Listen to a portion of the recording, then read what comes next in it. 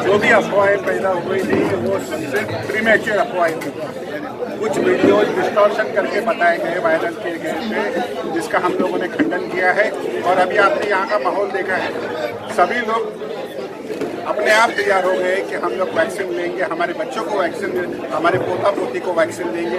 ऐसा सभी लोगों ने प्रॉमिस किया है कि हर एक की कैपेसिटी अलग अलग होती है, लेकिन हम लोग अभी देखेंगे कि स्कूल में भी क्वेश्चन उठाए जाएंगे, उनका पूरी तरह से निराकरण करेगा। उनके दिल में जो भी आशंका है वो सभी का समाधान करेगा। ये दिक्कतें दिखने की तौर पे तो डॉक्टर बयान देंगे, लेकिन समाजी तौर पे ये भारत जो है धार्मिक देश है और धार्मिक लोगों की बात हमेशा यहाँ के लोग माने हैं।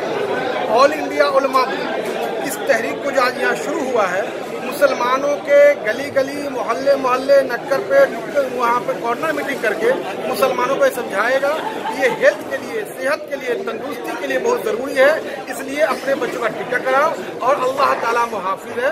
बाकी ये सेहत के लिए ज़रूरी है। जुमा में हमारा खिताब होगा, हमारे यहाँ जगह जलसे में खिताब होगा, मुख्तलिफ मकामात में हमारी जो है ये ऑल इंडिया उलमा बोर्ड जो है, इसलिए ये आज आगाज़ है। इस्लामी शरीयत के एतबार से तो ये ज़रूरी है कि कोई भी बात में तहकीक होनी चाहिए। कुरान की आयत है, इन जाअकुम फासिकुम बिनबइन फतबय्यन, कोई बात आपके पास आए तो उसकी तहकीक करें। 2 हफ्ते पहले जब इस्लाम जिमखाना में प्रोग्राम हुआ था करीमी लाइब्रेरी में, तो मुझे कुछ इन्फॉर्मेशन इसके बारे में नहीं थी, लेकिन फिर जब मैंने खुद जामा मस्जिद में एक प्रोग्राम ऑर्गेनाइज़ किया और बहुत सारे उलमा इसमें आए और कुछ डॉक्टर्स भी थे, खुद उसके बाद मैंने बहुत डिटेल में इसमें रिसर्च की, एक मैंने इसमें आर्टिकल भी लिखा और मैं अपने हद तक इसमें बहुत मुतमईन हूँ कि ये बहुत मुफीद चीज़ है।